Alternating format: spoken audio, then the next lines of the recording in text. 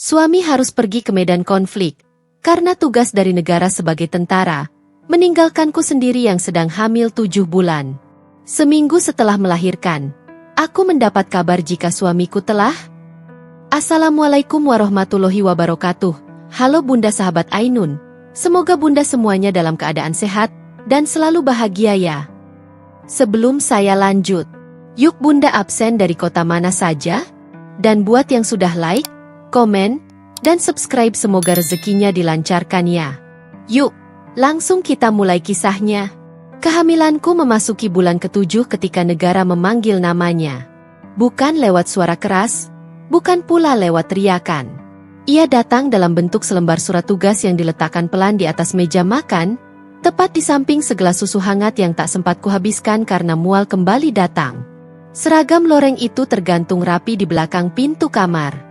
Disetrika sempurna, tanpa kusut, tanpa celah. Berbanding terbalik dengan dadaku yang sejak pagi terasa berantakan. Aku berdiri lama di depannya, satu tangan menopang pinggang, tangan lain mengusap perutku yang kini semakin membulak. Di balik kain tipis gaun rumah, ada kehidupan kecil yang sesekali menendang pelan, seolah ingin ikut bertanya, kemana ayah akan pergi? Langkah kaki itu terdengar dari belakang. Langkah yang sudah kuhafal iramanya sejak bertahun-tahun lalu. Ia berhenti tepat di sampingku, tak langsung bicara. Hanya menatap seragam itu lama, seakan setiap garis hijau dan coklatnya menyimpan harga yang harus kami bayar. Aku nggak pernah benci seragam ini, katanya pelan. Tapi hari ini, aku takut meninggalkan kalian. Aku menoleh.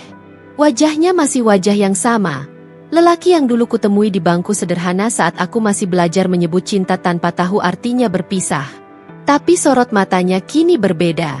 Lebih dewasa. Lebih berat. Dan kali ini, lebih takut. Ia berjongkok di depanku. Tangan kasarnya yang biasa menggenggam senjata kini mengusap perutku dengan sangat hati-hati. Seolah sentuhan sedikit saja bisa melukai dunia kecil di dalamnya. Maafkan ayah harus pergi dulu, bisiknya pada bayi yang belum lahir. Jaga ibu ya. Aku tersenyum. Senyum yang kupaksakan setipis mungkin, agar ia tidak melihat bagaimana tangisku sudah berdiri di pelupuk mata, menunggu satu kedipan saja untuk runtuh. Ayah jangan lama-lama, ucapku akhirnya. Anak kita nanti lahir. Aku mau kamu ada. Ia mengangguk. Cepat, terlalu cepat. Seperti orang yang takut jika berhenti terlalu lama, keberaniannya akan habis. Tangannya naik ke wajahku, menyeka sudut mata yang tetap saja basah meski aku berusaha kuat. Aku akan pulang, katanya. Janji. Kata janji itu menggantung di udara. Indah, sekaligus menakutkan. Malam sebelum keberangkatannya, aku tak bisa tidur. Bayi di perutku bergerak lebih sering, seperti merasakan kegelisahan ibunya. Aku berbicara padanya dalam gelap, membisikkan nama ayahnya berulang-ulang, berharap suara itu akan tertanam kuat, agar kelak ketika lahir, ia tidak merasa asing pada sosok yang mungkin hanya dikenalnya lewat cerita. Pagi itu, aku mengantarnya sampai depan rumah. Ia sudah berseragam lengkap, tegak, tampan, dan terasa sangat jauh, meski jarak kami hanya sejengkal. Aku memeluknya lama. Terlalu lama untuk ukuran perpisahan yang ingin terlihat kuat. Kepalaku bersandar di dadanya, mencium bau khas seragam yang selama ini selalu membuatku bangga, kini justru membuat dadaku sesak. Kalau nanti aku melahirkan, suaraku bergetar, dan kamu belum pulang. Ia memotong cepat, menempelkan keningnya ke keningku. Aku akan tetap ada. Di doa, di napasmu, di setiap tangis pertama anak kita. Mobil dinas itu akhirnya melaju. Aku berdiri sendiri di halaman, satu tangan di perut, satu tangan di dada, mencoba menahan sesuatu yang terasa runtuh pelan-pelan. Hari itu aku belajar satu hal. Menjadi istri tentara bukan hanya tentang bangga pada seragam, tapi juga tentang belajar kuat saat perut membesar, saat hati mengecil, dan saat aku harus bersiap melahirkan sendirian. Daerah konflik. Hutan, misi rahasia.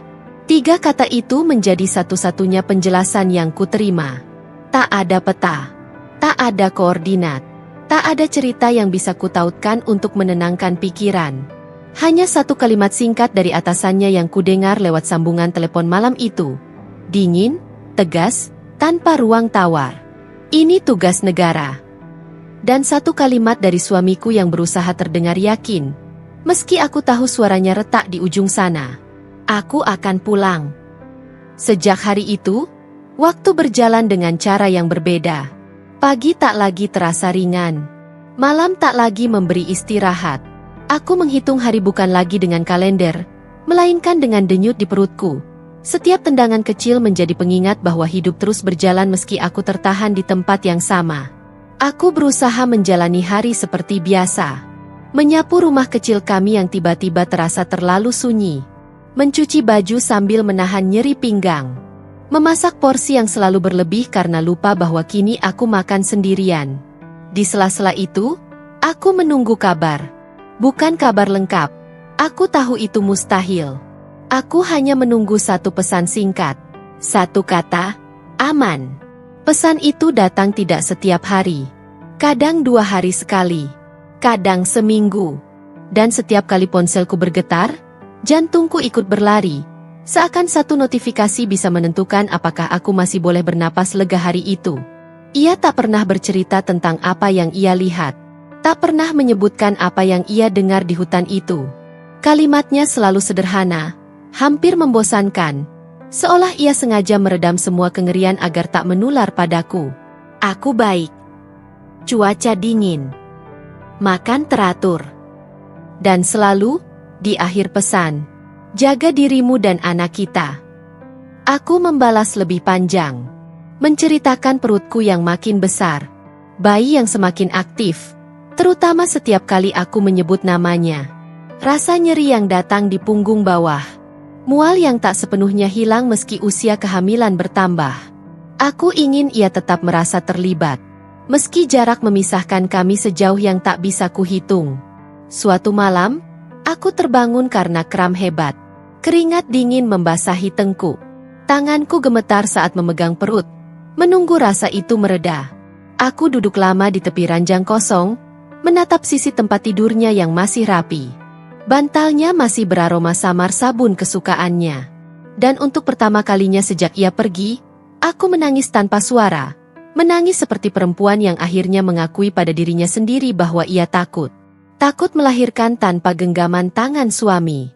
Takut mendengar tangis pertama bayi kami sendirian. Takut jika janji itu, aku akan pulang, harus melewati terlalu banyak risiko sebelum menjadi nyata. Aku meneleponnya malam itu. Tak berharap diangkat. Tak berharap disambungkan. Aku hanya ingin mencoba. Nada sambung itu terputus. Tak aktif. Aku memeluk perutku lebih erat. Kalau ayah nggak bisa jawab, bisikku pada bayi itu. Kamu bantu ibu ya. Kuat. Hari demi hari berlalu. Berita di televisi mulai sering menyiarkan kata yang sama. Konflik meningkat. Aku berhenti menonton. Setiap gambar hutan, setiap suara tembakan, membuat napasku tersendat. Di posyandu, ibu-ibu lain sibuk membicarakan nama bayi, baju lucu, dan rencana suami cuti melahirkan. Aku hanya tersenyum. Tak ikut bicara. Aku tak punya cerita tentang suami yang menunggu di luar ruang periksa. Yang kupunya hanyalah keyakinan yang harus terus kupeluk agar tidak runtuh. Malam itu, pesannya masuk lagi. Lebih singkat dari biasanya.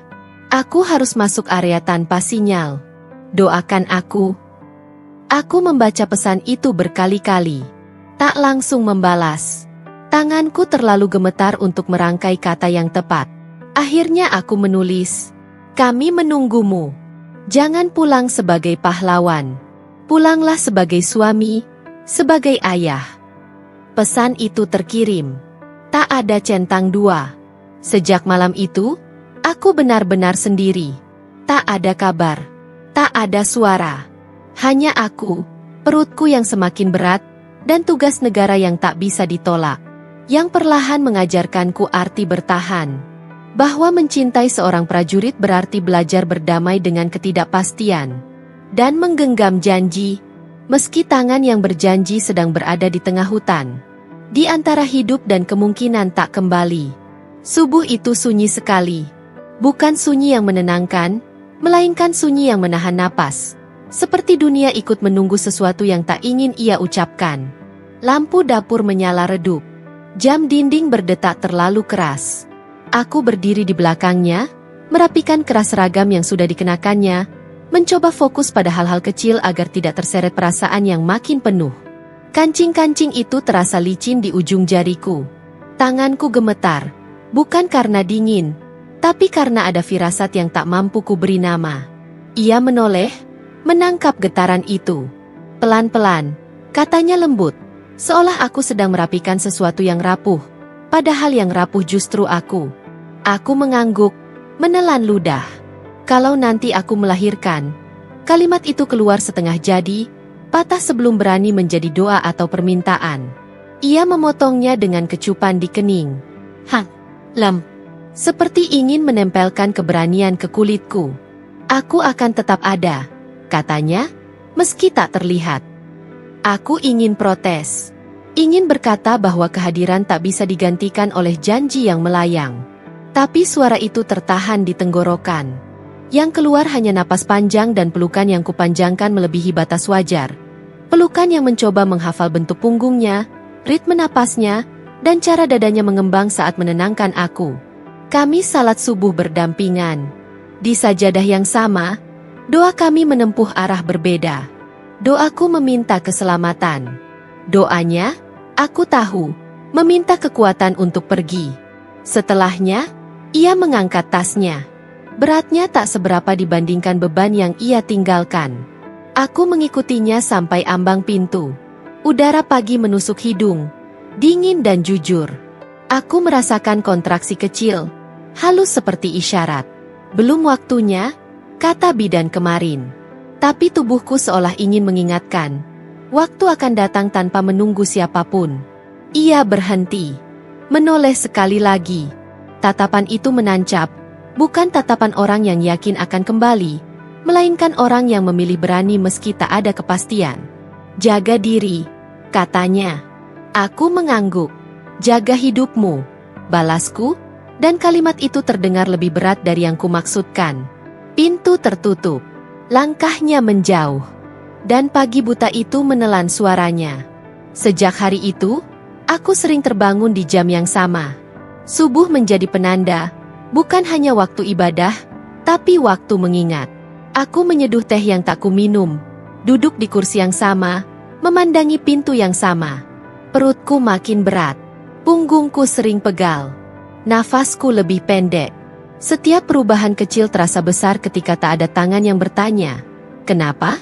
Suatu sore, kontraksi palsu datang lebih sering. Aku menghitungnya, seperti yang diajarkan bidan. Belum teratur. Belum waktunya. Aku tertawa kecil, sendirian, karena tubuhku seakan bermain-main dengan ketakutanku. Di sela tawa itu, air mata jatuh tanpa izin. Malam-malamku diisi percakapan satu arah.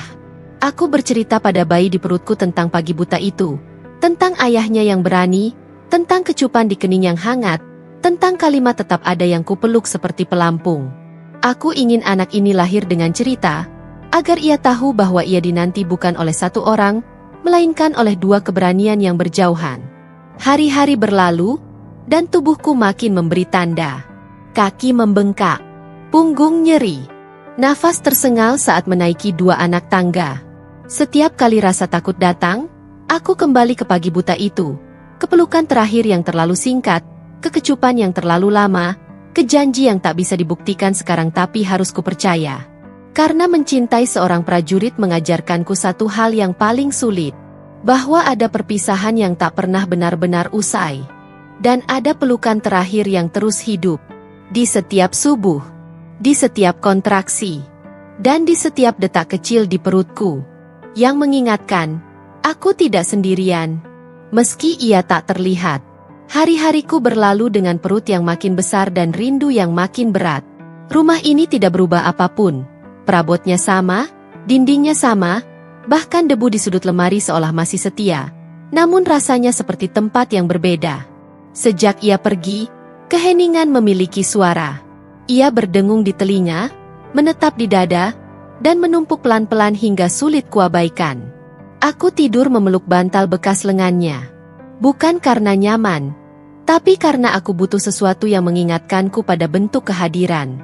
Aroma sabun itu makin pudar, namun aku tetap menghirupnya, seakan bisa menyimpan sisa-sisa keberanian yang pernah menempel di kulitnya.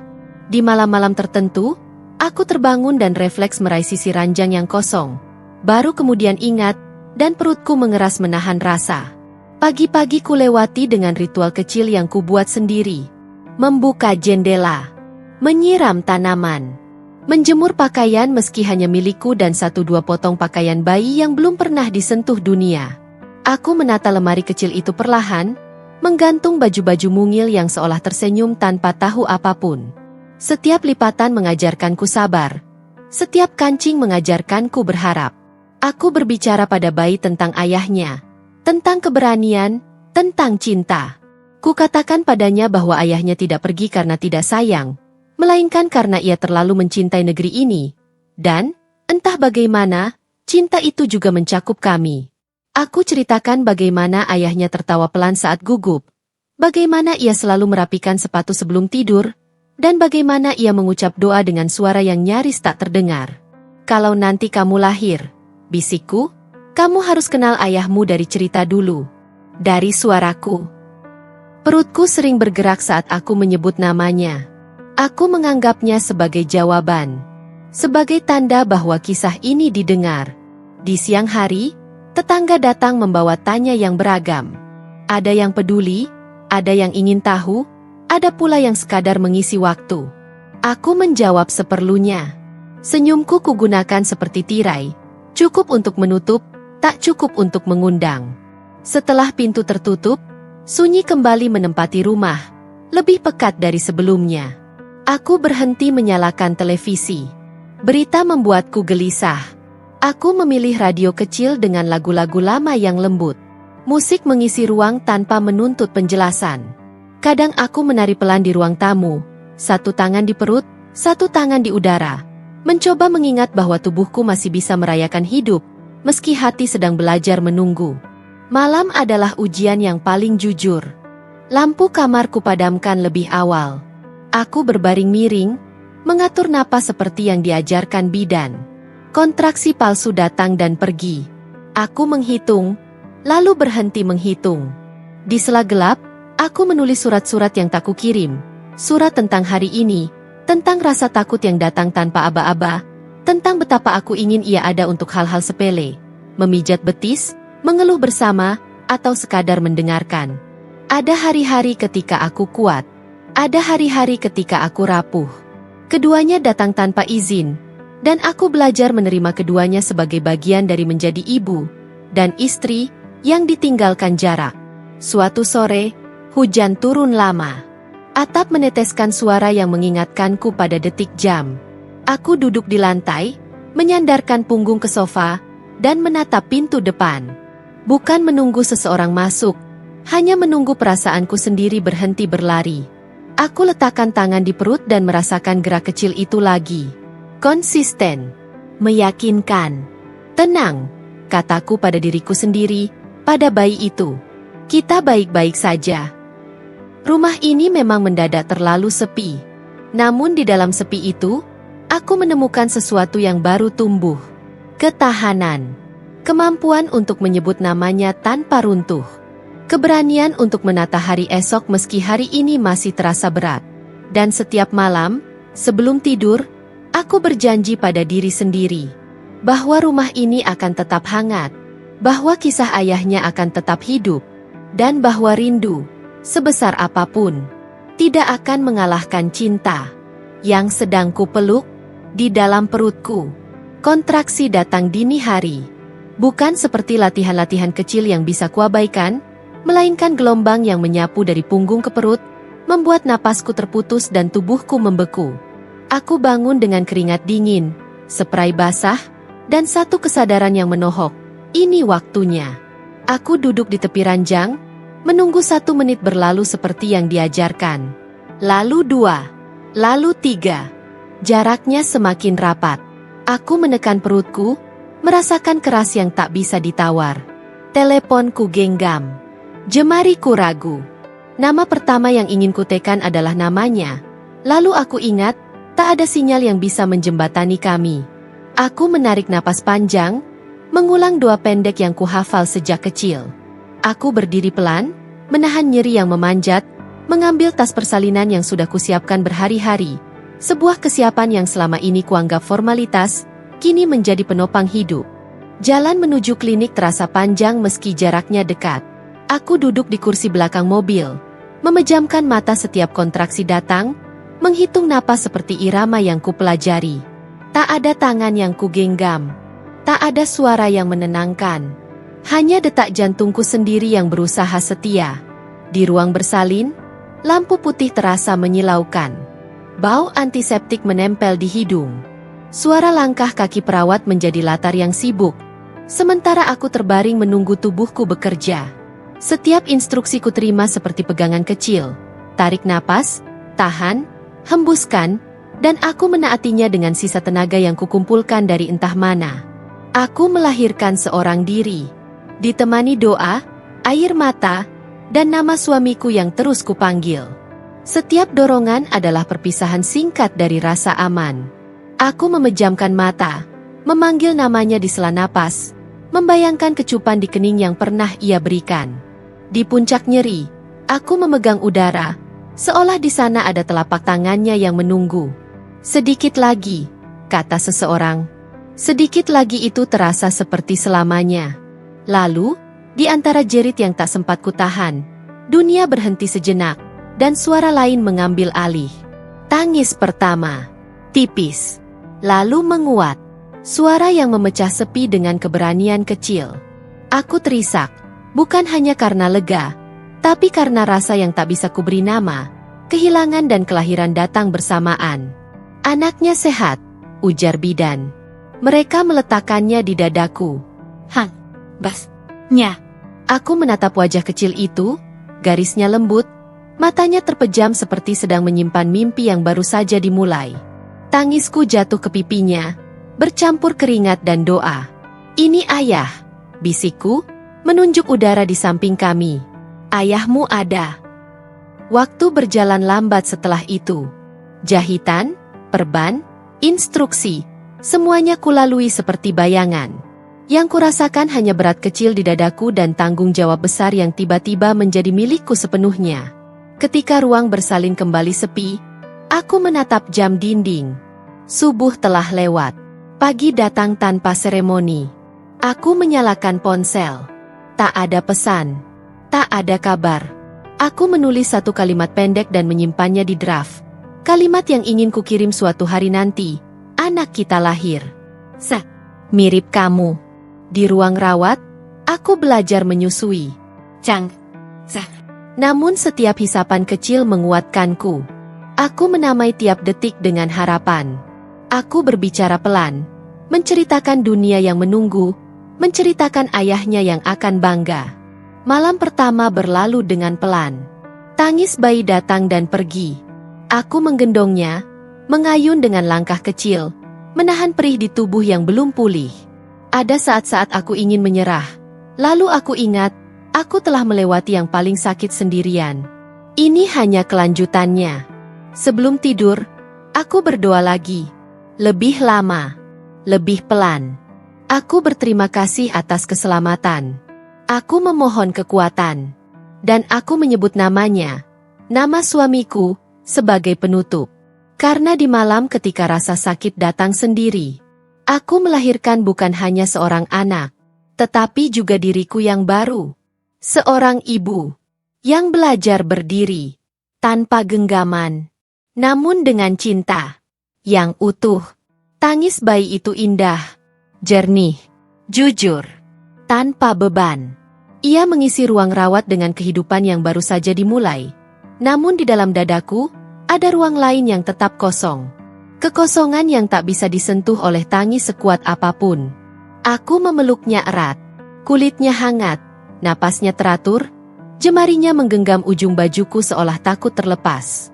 Aku menunduk, menempelkan pipiku ke kepalanya yang masih beraroma dunia baru.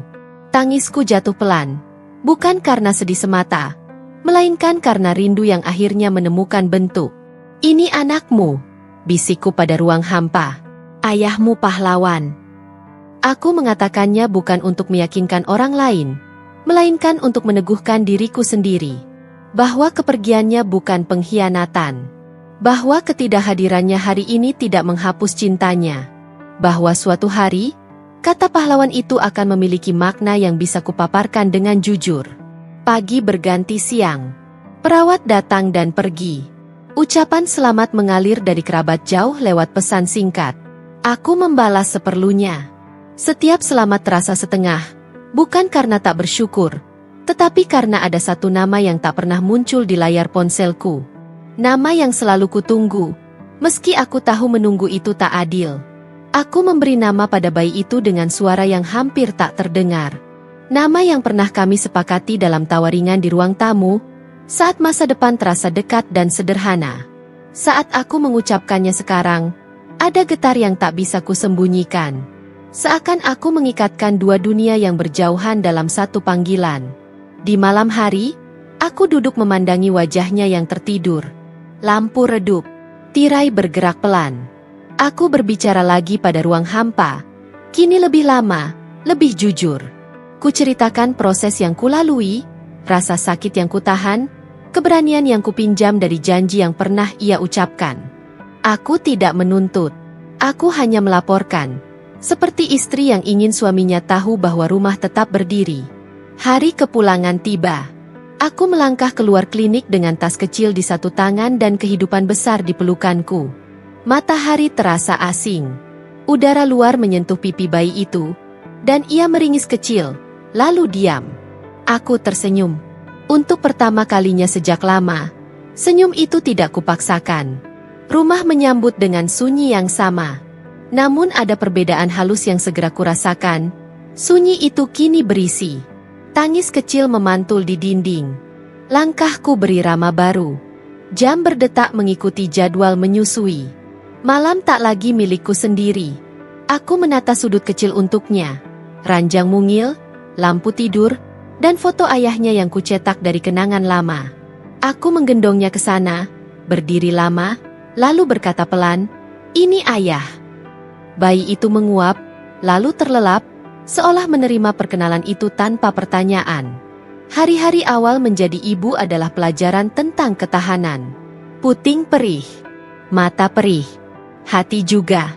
Aku belajar membedakan tangis lapar dan tangis lelah. Aku belajar meminta bantuan tanpa merasa kalah.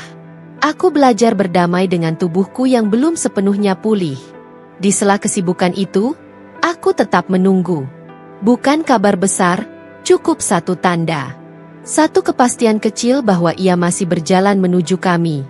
Setiap malam, sebelum memejamkan mata, aku mengangkat bayi itu sedikit lebih tinggi, menghadapkannya pada udara, dan berbisik, "Ayahmu sedang berjuang." Aku ingin kalimat itu tumbuh bersama kami, menjadi jembatan ketika kelak ia bertanya, dan menjadi penguat ketika rindu datang. Karena tangis pertama tanpa ayah memang menyisakan kosong. Namun cinta tidak berhenti bekerja. Ia bergerak dalam pelukan, dalam nama yang kusebut, dan dalam keyakinan yang kutanam pelan-pelan. Bahwa suatu hari, ruang hampa ini akan terisi oleh langkah yang pulang. Seminggu setelah persalinan, pintu rumah diketuk. Bukan ketukan ramah yang biasa. Bukan pula ketukan tergesa. Ia datang dengan ritme yang rapi, terlalu rapi untuk membawa kabar baik. Aku menggendong bayiku yang baru selesai menyusu. Ia tertidur, napasnya halus, wajahnya damai seperti dunia tak pernah kejam. Aku melangkah ke pintu dengan langkah pendek. Tubuhku masih lemah, hati masih belajar berdiri.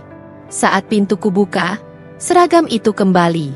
Bukan suamiku, melainkan dua lelaki berseragam lengkap, berdiri tegak, mata mereka menunduk sopan, terlalu sopan untuk sebuah kunjungan biasa. Topi mereka dilepas. Nama di dada mereka asing. Namun aku mengenali bahasa tubuh itu. Bahasa yang selama ini kutakuti.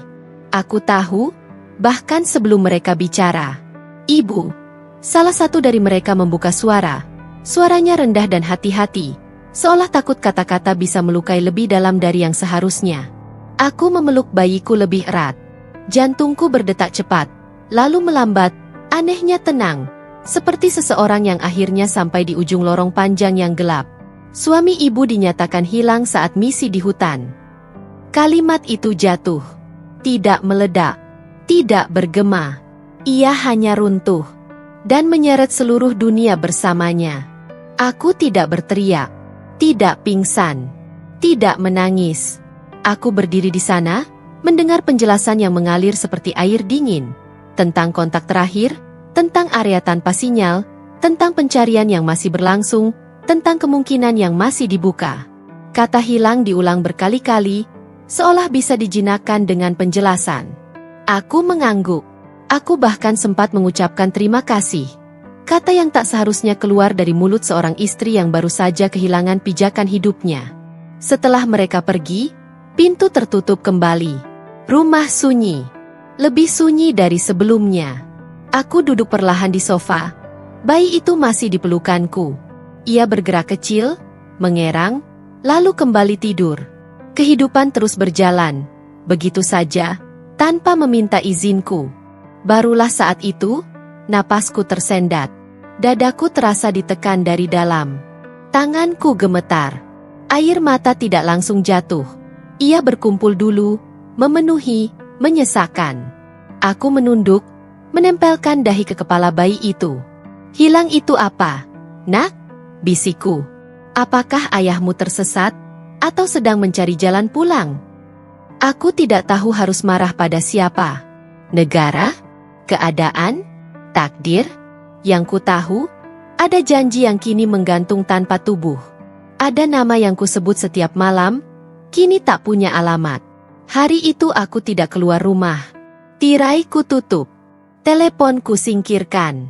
Aku membiarkan waktu lewat tanpa menghitung. Di sore hari, aku menyusui sambil menatap dinding kosong. Di malam hari, aku menimang sambil mengulang doa yang sama, kali ini dengan suara pecah. Aku tidak mengatakan meninggal. Tidak juga mengatakan pergi. Aku hanya mengatakan hilang.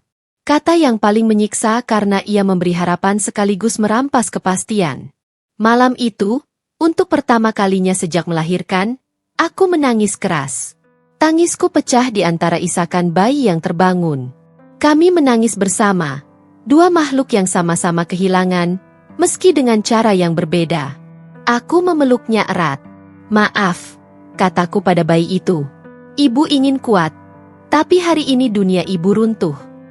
Di kamar, aku menatap foto suamiku yang tergantung di dinding. Seragamnya tampak gagah. Senyumnya tenang. Aku mendekat, menyentuh bingkai foto itu dengan ujung jari, seolah bisa merasakan nadinya. Kamu jangan hilang, bisikku putus asa. Kalau lelah, pulang. Kalau tersesat, sebut namaku. Di luar, malam berjalan seperti biasa. Tak ada tanda bahwa satu keluarga baru saja berubah selamanya. Dan di antara kata hilang dan menunggu, aku berdiri di tengah. Seorang istri yang baru menjadi ibu, memeluk anaknya, sambil belajar bernapas. Di dunia yang runtuh, tanpa suara. Aku tak menangis keras. Aku hanya tak bernapas dengan benar. Udara terasa tipis, seolah kamar ini menolak memberiku jatah yang cukup.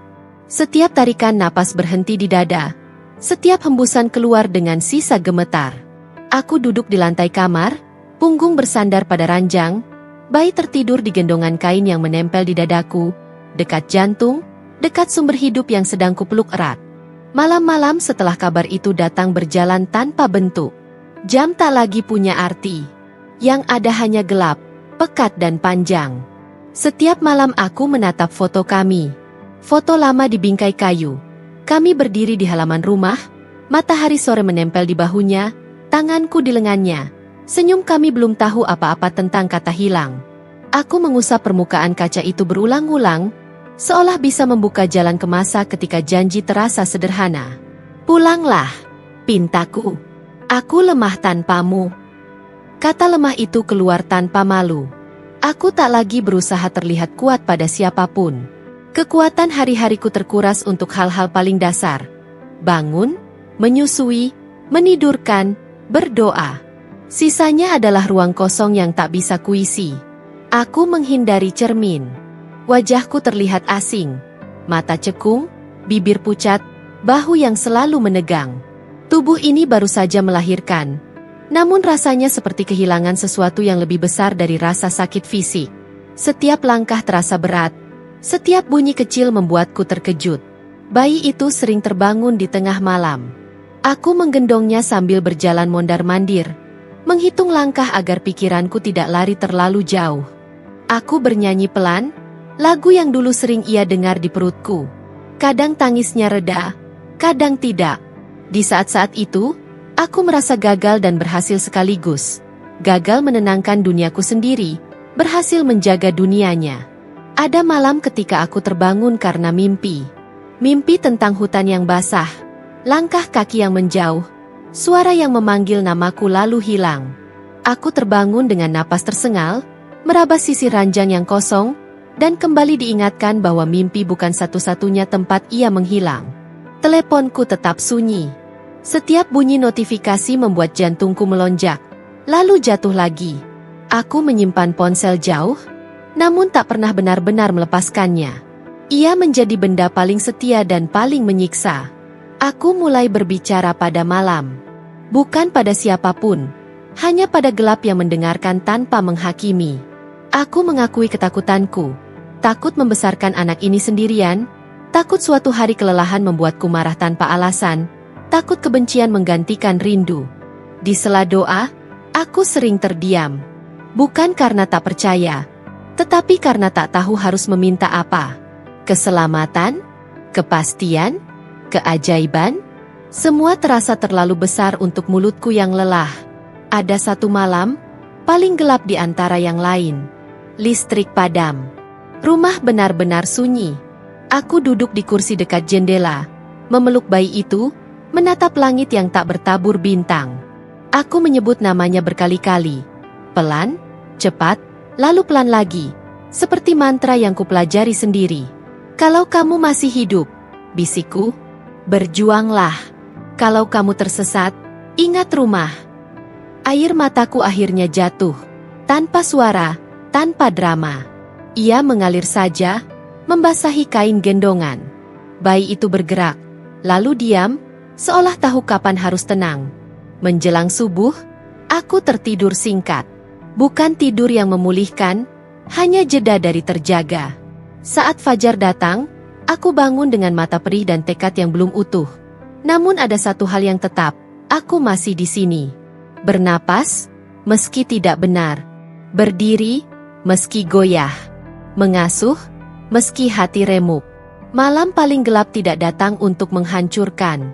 Ia datang untuk menguji apakah aku masih mau menunggu cahaya. Dan setiap kali aku menatap foto kami, aku mengulang permintaan yang sama.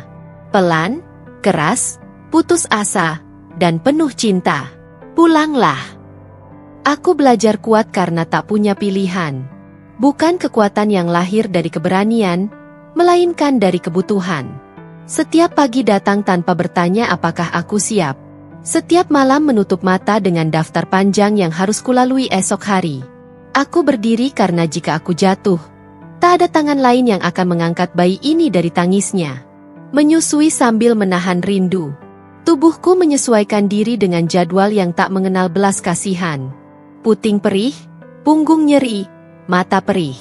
Di sela hisapan kecil itu, pikiranku melayang pada seseorang yang seharusnya menyaksikan momen ini, yang seharusnya mengusap punggungku dan berkata bahwa aku hebat. Aku mengganti kalimat itu sendiri, mengatakannya di dalam hati, berulang-ulang, agar tidak runtuh. Menidurkan bayi sambil menahan takut. Takut jika ia sakit dan aku terlambat menyadari. Takut jika aku tertidur terlalu dalam. Takut jika suatu hari pertanyaan itu datang. Ayah kemana? Ketakutan itu berputar di kepalaku seperti jam yang tak pernah berhenti berdetak. Aku hidup, tapi seperti bayangan.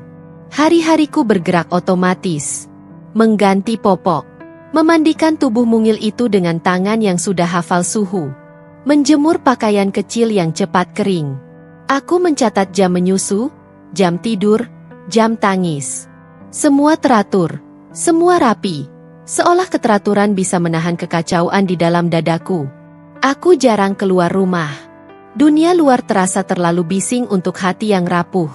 Jika terpaksa, aku menunduk, menghindari tatapan yang penuh iba. Iba membuatku lebih lelah daripada kesepian. Aku tidak ingin menjadi kisah sedih di kepala orang lain. Di sore hari, aku mengajak bayi itu duduk dekat jendela. Aku menunjuk langit, pohon, burung yang singgah sebentar lalu terbang. Aku mengajarinya kata-kata sederhana, cahaya, daun, angin, kata-kata yang netral, yang tidak memerlukan penjelasan panjang tentang kehilangan. Namun di malam hari, ketika rumah kembali senyap, bayangan itu menipis. Aku kembali menjadi diriku yang sebenarnya. Perempuan yang menunggu tanpa batas waktu. Aku memeluk bayi itu lebih lama dari yang perlu. Seolah ia satu-satunya jangkar agar aku tidak terseret arus.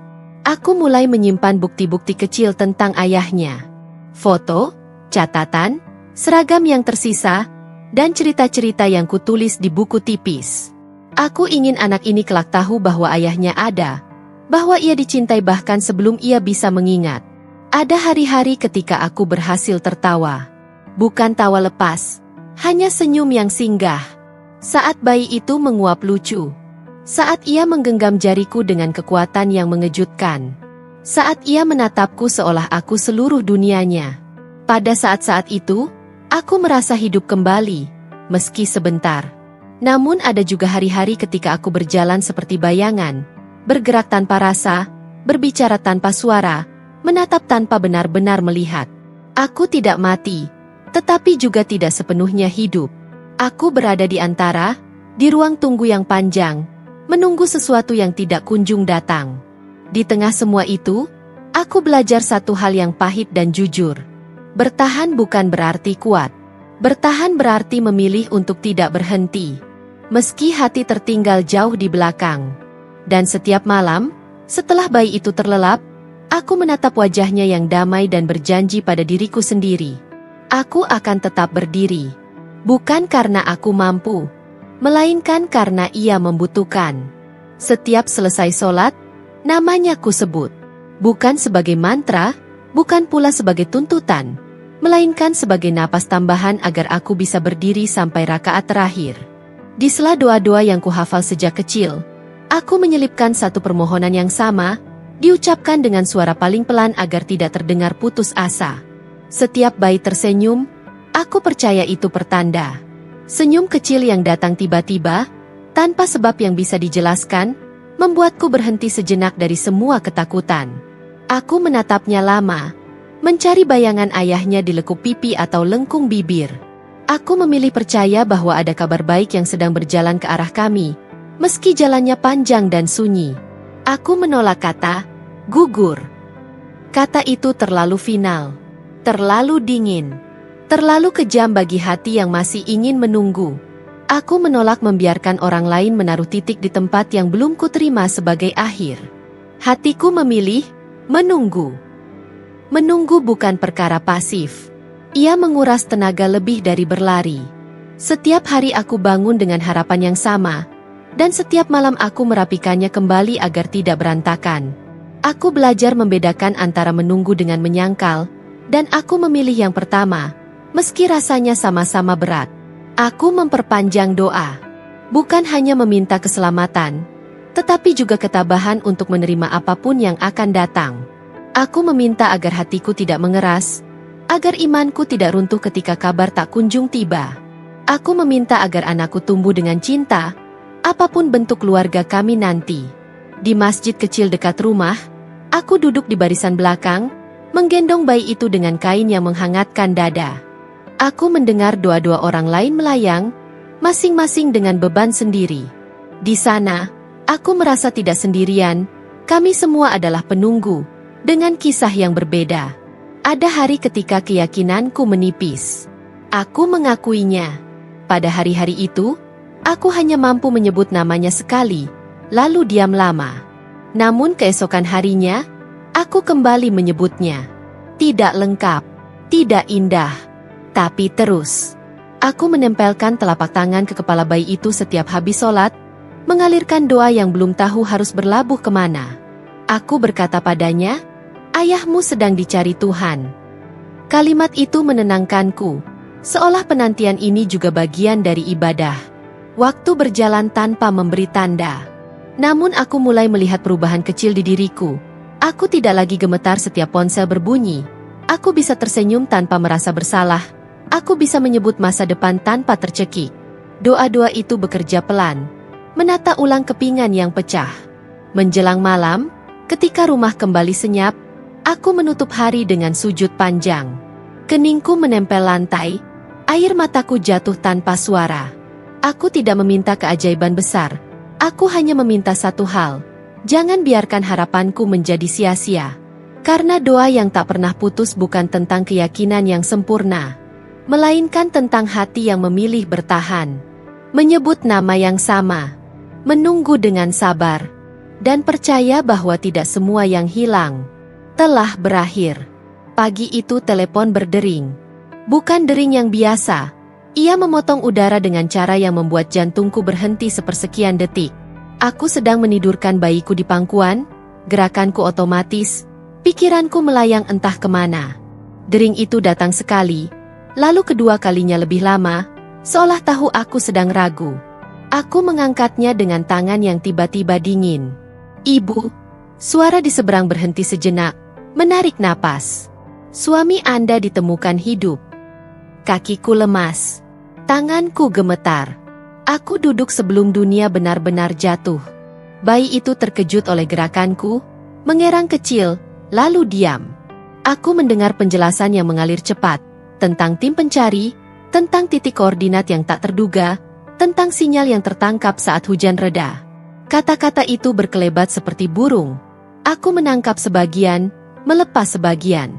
Yang tinggal hanya satu kalimat, hidup. Air mataku jatuh, untuk pertama kalinya dengan harapan. Aku menutup telepon, menempelkan punggung ke dinding, dan tertawa kecil yang bercampur isak. Aku memeluk bayiku erat-erat, mencium kepalanya berkali-kali, seolah kabar itu bisa menguap jika tak kuikat dengan pelukan. "Kita tidak menunggu sia-sia," bisikku. "Doa kita pulang." Aku membereskan diri dengan gerakan tergesa namun hati-hati. Ada jarak yang harus ditempuh, ada waktu yang harus ditunggu, ada kenyataan yang belum ku tahu. Namun satu hal sudah pasti, hutan itu tidak menelan suamiku. Ia mengembalikannya, meski dengan harga yang belum ku ketahui. Di perjalanan, aku memandang keluar jendela. Pepohonan melintas, cahaya pagi menembus dedaunan. Untuk pertama kalinya sejak lama, aku merasa udara cukup. Aku bernapas dengan benar. Dan di dadaku, harapan berdetak, nyata, tak lagi sekadar doa. Ia ditemukan dalam keadaan luka parah. Tubuhnya lemah, tapi nadinya hidup. Saat aku melihatnya pertama kali, dunia kembali menyempit. Namun bukan karena runtuh, melainkan karena terfokus. Selang infus, perban, dan monitor membingkai wajah yang kukenal. Kulitnya pucat, bibirnya kering, rambutnya berantakan. Ia tampak lebih kurus, lebih tua, dan sangat rapuh. Namun ia ada. Aku mendekat perlahan, takut suara langkahku mengusik keseimbangan yang rapuh itu. Aku duduk di sisi ranjang, meraih tangannya yang dingin, dan menahannya di antara kedua telapak tanganku. Seperti dulu, seperti janji yang pernah diucapkan di pagi buta. Ia membuka mata. Tatapan itu mencari, lalu menemukan. Dan di sana, di mata yang kelelahan itu, aku melihat sesuatu yang utuh. "Aku pulang," katanya, nyaris tak bersuara. Aku menangis, tanpa menahan, tanpa rapi. Ia bertahan dengan satu hal di kepalanya, kami. Ia bercerita pelan di hari-hari berikutnya, ketika suaranya mulai kuat, ketika rasa sakit bisa ditahan. Tentang hutan yang tak memberi arah. Tentang hujan yang memadamkan jejak. Tentang malam-malam panjang dengan luka yang terbalut seadanya. Tentang langkah yang diulang meski tubuh meminta berhenti. "Ada satu hal yang kupikirkan," katanya suatu sore, memandang cahaya yang jatuh di dinding. "Kalau aku berhenti, Kalian akan menunggu tanpa akhir. Aku memperkenalkan anak kami. Aku menggendongnya mendekat, meletakkannya di sisi ranjang. Jemari kecil itu menyentuh kulit ayahnya. Ia tersenyum, senyum yang berbeda dari sebelumnya. Lebih pelan, lebih penuh.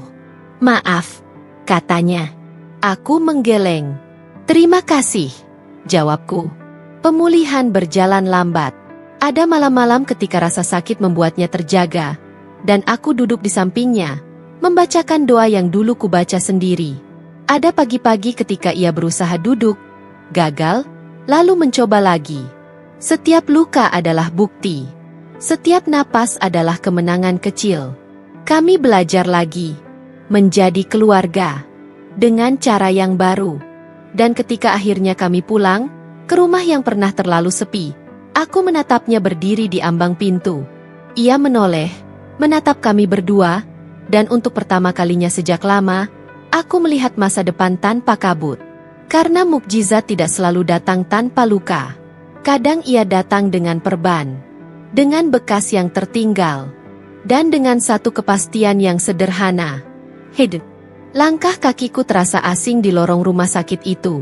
Seolah lantai tak lagi menapak di bumi, seolah waktu melambat hanya untukku.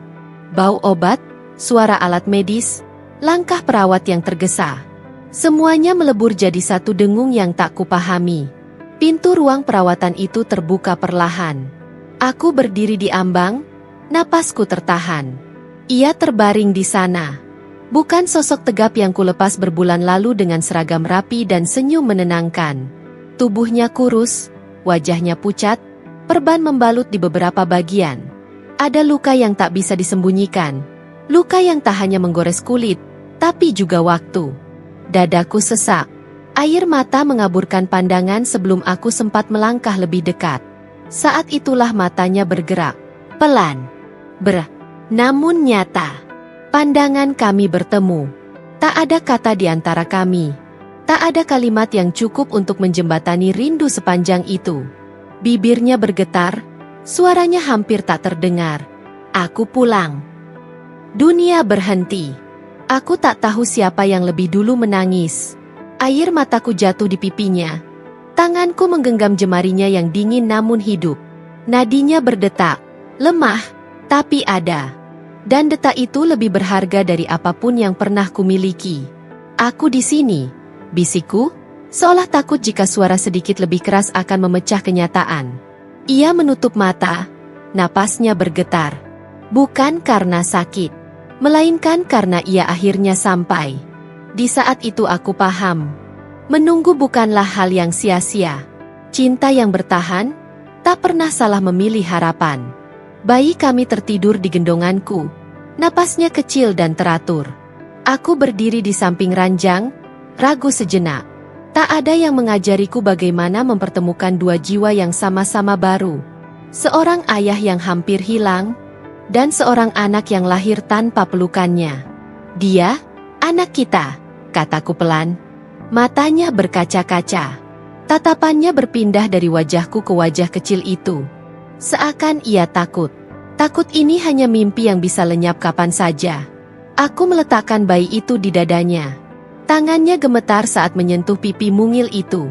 Jari-jarinya kaku, penuh luka, namun sentuhannya lembut. Seperti ia sedang menyentuh keajaiban. Bayi itu bergerak kecil, lalu tersenyum samar. Ishak tertahan runtuh. Maaf, ayah terlambat. Ucapnya terbata.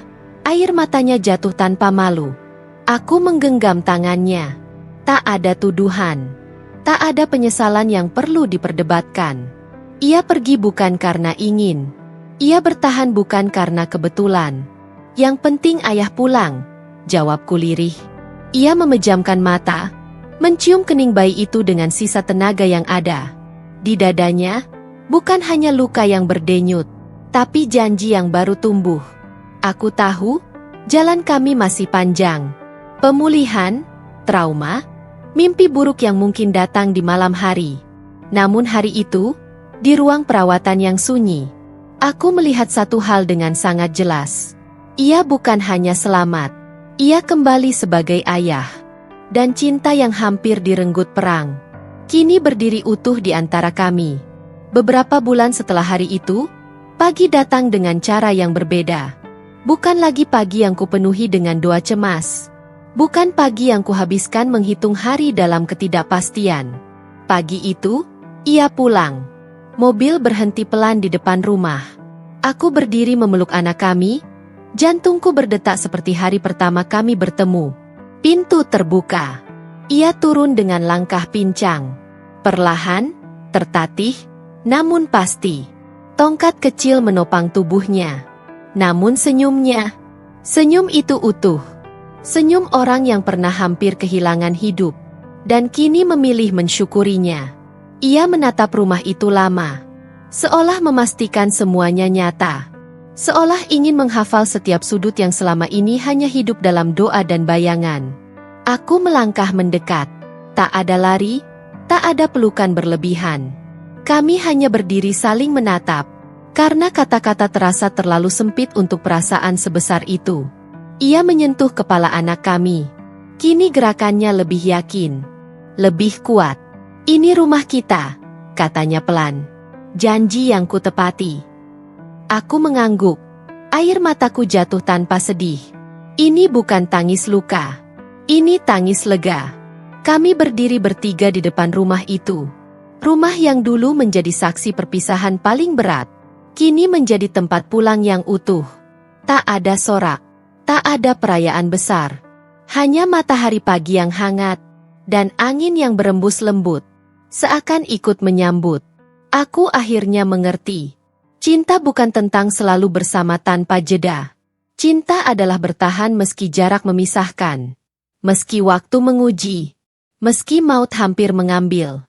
Karena cinta, ternyata bisa bertahan, bahkan dari hutan paling sunyi. Dan tugas paling berbahaya.